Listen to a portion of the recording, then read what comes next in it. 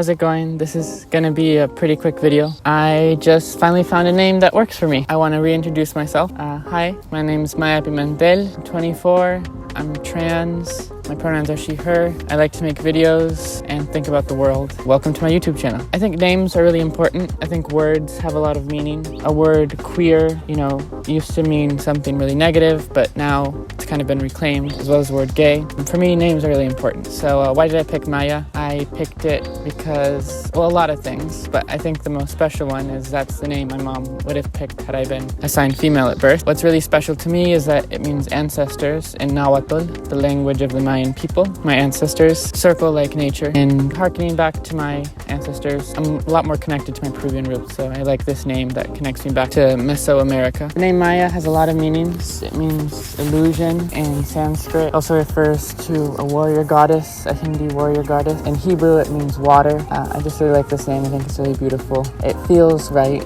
Andrea was kind of a gut reaction, a quick reaction, because I didn't like Andres, but it turns out that Andrea has the same root as androgynous. Andra has a Latin meaning for male and masculine. And at some point I kind of appreciated having a female name that meant man.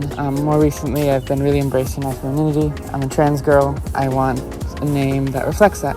So I like illusion, water, strength, ancestor. That's what Maya means. Anyway, this is a quick video for this week. I just started a new full-time job, so I've been pretty busy. I want to make more videos, and now I feel it's almost like, I don't know if you're familiar with Dragon Ball, but I have to reach my final form before I can create the little things, like my name and my pronouns have to be figured out, and then I can make videos. So I think this is one of the last steps. This is one of the last steps. Knowing my name is really important. Maya Pimentel. My name is Maya Pimentel. It feels like me. I'm really excited.